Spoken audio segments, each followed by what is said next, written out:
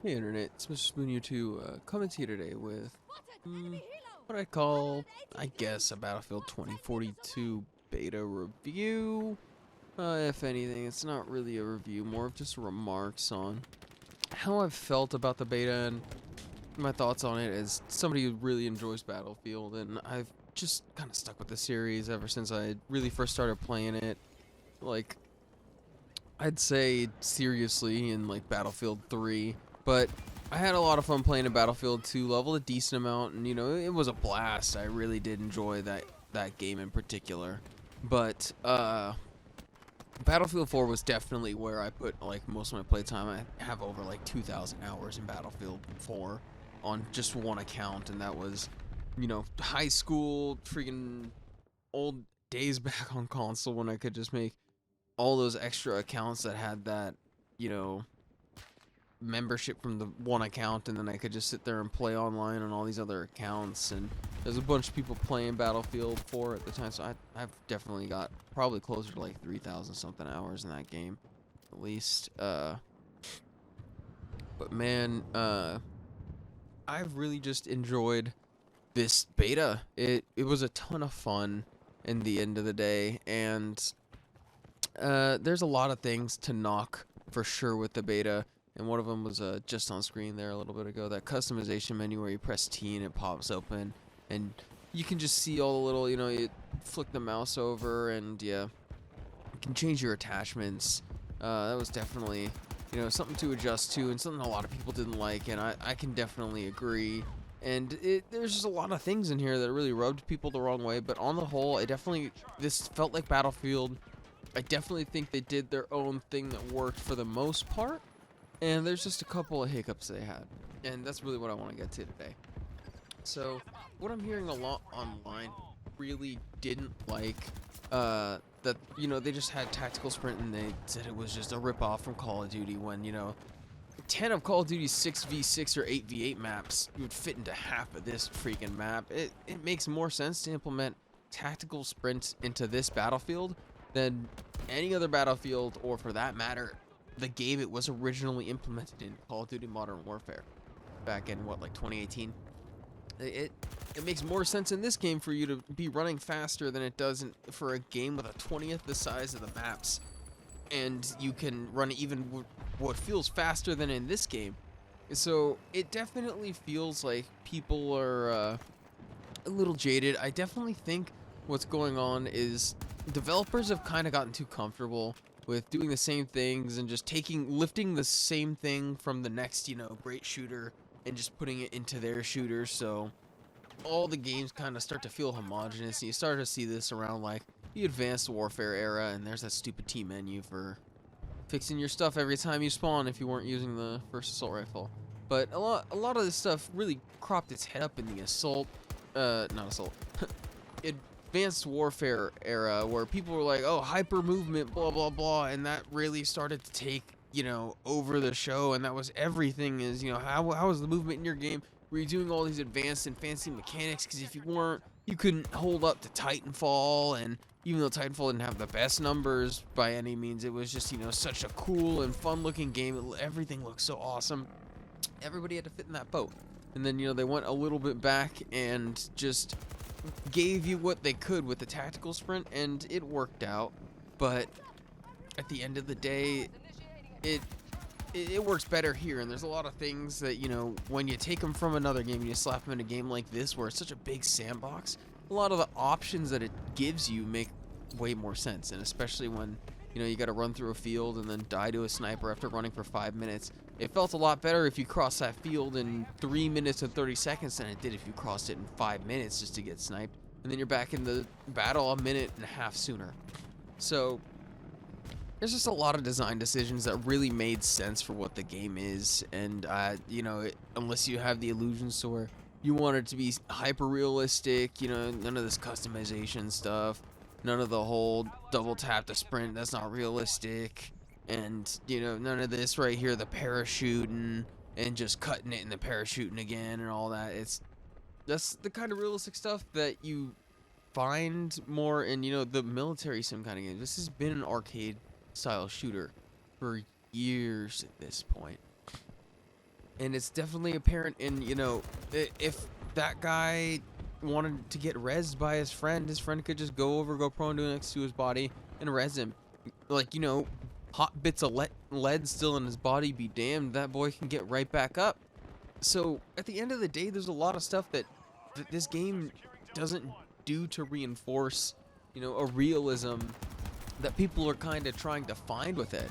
So really, you kind of have to evaluate each Battlefield individually for what it offers you. Battlefield 1 kind of offered some of that realism because it was World War I and things, it was a lot tougher to get the balance where if you didn't make things, you know, have significant punch, it felt like people were taking way too long to die, things weren't working because your guns, you know, take so long to reload and rechamber the next shot that it just didn't work out.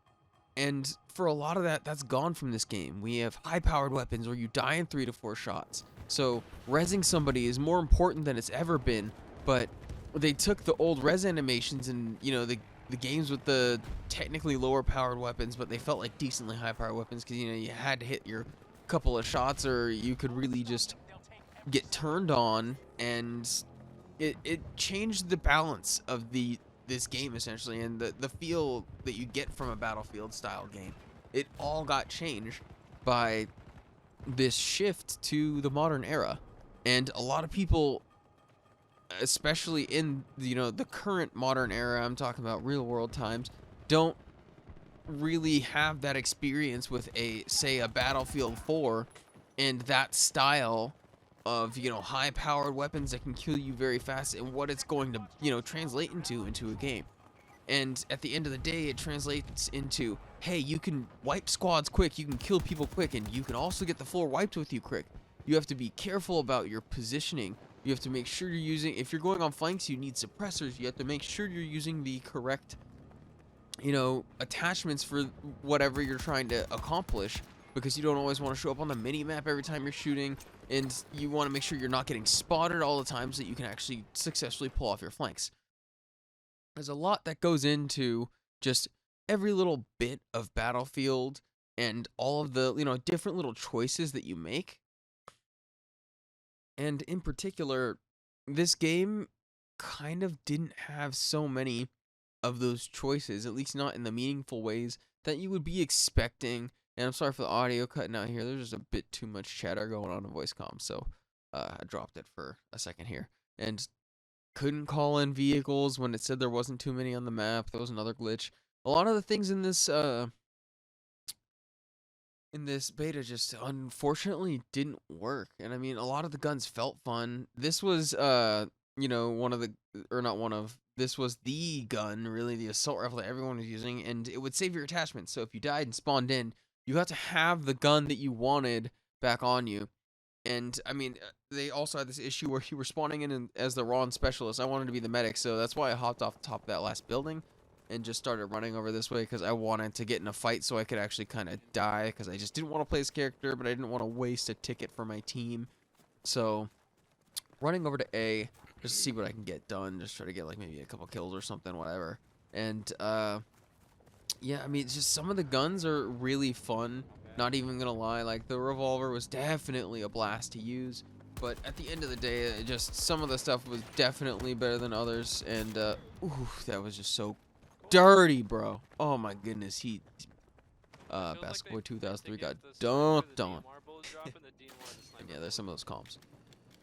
But anyways, yeah, really just had a great time playing the game overall, and they just need to rebalance some things more than anything.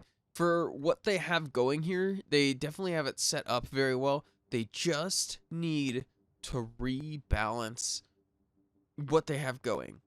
And for sure that's going to be rough, and for what they're looking for, the specialists can accomplish the class function.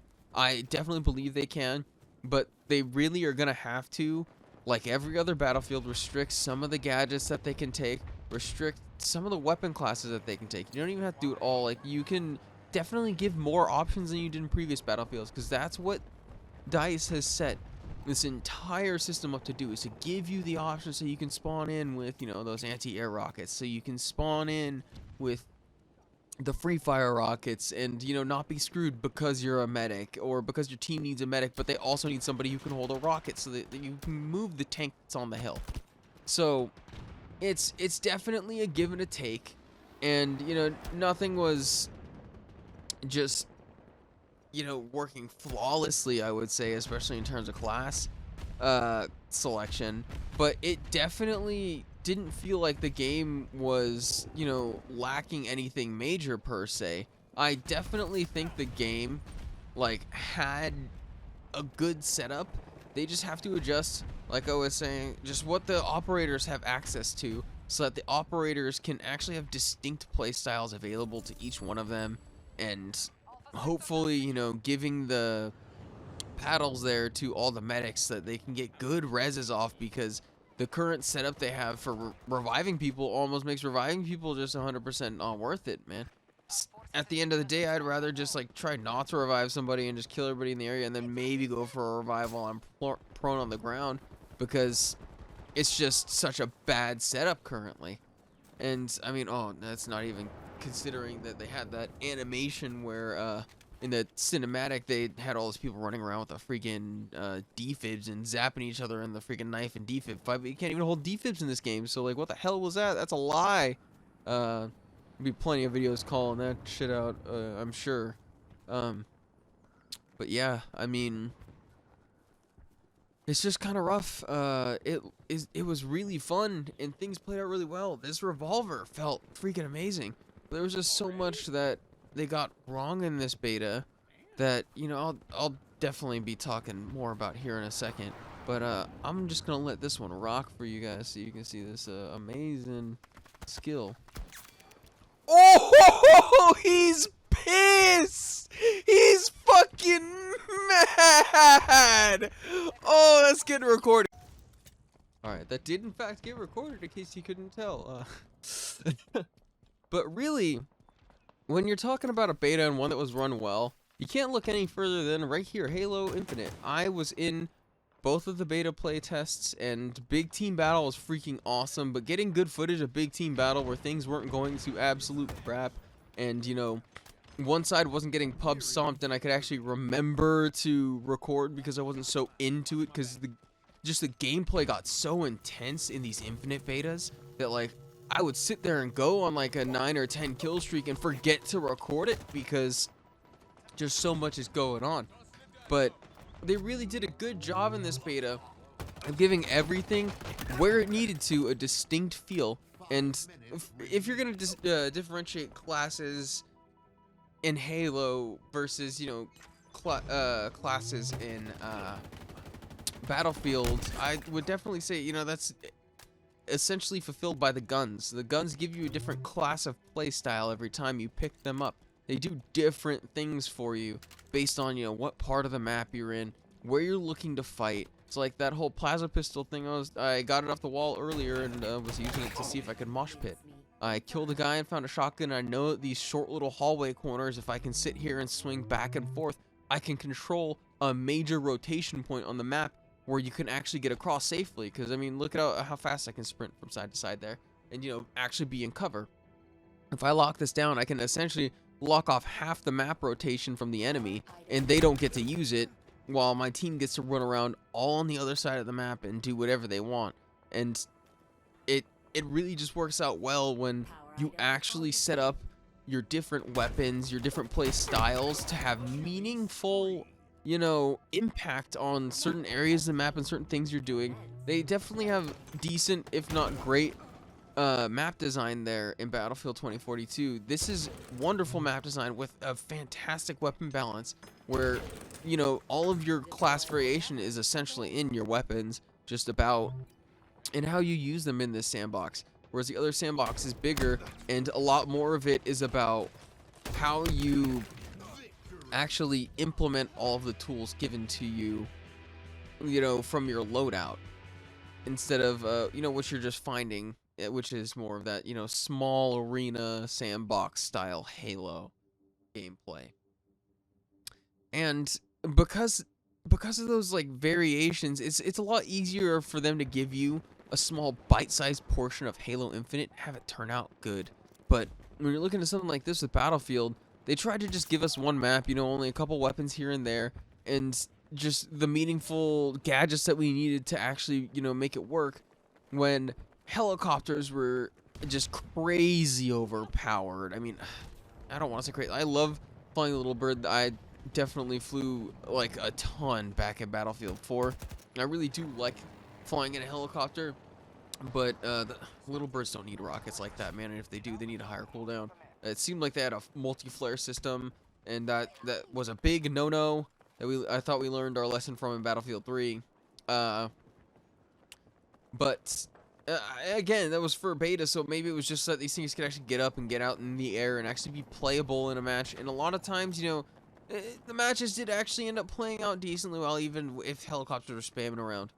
But at the end of the day, I shouldn't have to be a medic and spawn in with an anti-air missile every time just so that the helicopters can get taken care of. Because that's essentially what happened here. And that was what a lot of this beta essentially accentuated is there's a lot of Battlefield moments and Battlefield, pieces to this puzzle. But the way that they all connect to each other don't really give you the same Battlefield picture that everyone's looking for, which is unfortunate, of course, but it's also kind of the devs' fault for how they've designed these things. The operator system needs some restrictions so that there's a meaningful difference between the classes. There needs to be some sort of, like, actual way for you to know that, like, what an enemy has, it is gonna, do something to you at a specific range just from a glance. That's been something that's pretty integral to the look of, like, every single, character or silhouette in a Battlefield game. You could always tell something. But you don't get that in this game because of specialists, and then you don't get to know what gadgets they have. So a lot of it is base level stuff that they can adjust. And I mean, they could fix... I'm not so sure about the team thing with this specialist, because you can't separate them from a team unless they're, outlined in the red. That, they really need to work on some camos and a couple of things to change. But I don't think that anything's too far gone, per se. And really, at the end of the day, it's all just about how fun it is. And I really did have a lot of fun playing that game, and I really think that it was an awesome time, and that they really do have something on their hands where they're going to have a lot of people spending a lot of time, and it's going to be a lot of fun. But at the end of the day, they're going to have to do some work to make sure that it actually functions as intended. And just here's me having some fun in Guild Wars, just running through some World v World here, and completely messing some people up by knocking them off of stuff, back into stuff. Honestly, there's just so much fun you can have in so many different games nowadays that it's just good to show all the little moments and all the different fun that you're having. So yeah, hope you guys enjoyed. Had a great time just think about Battlefield here with me for a minute. And if you liked it, like it, and please subscribe. Always looking for some more subscribers, of course. And till next time, thank you.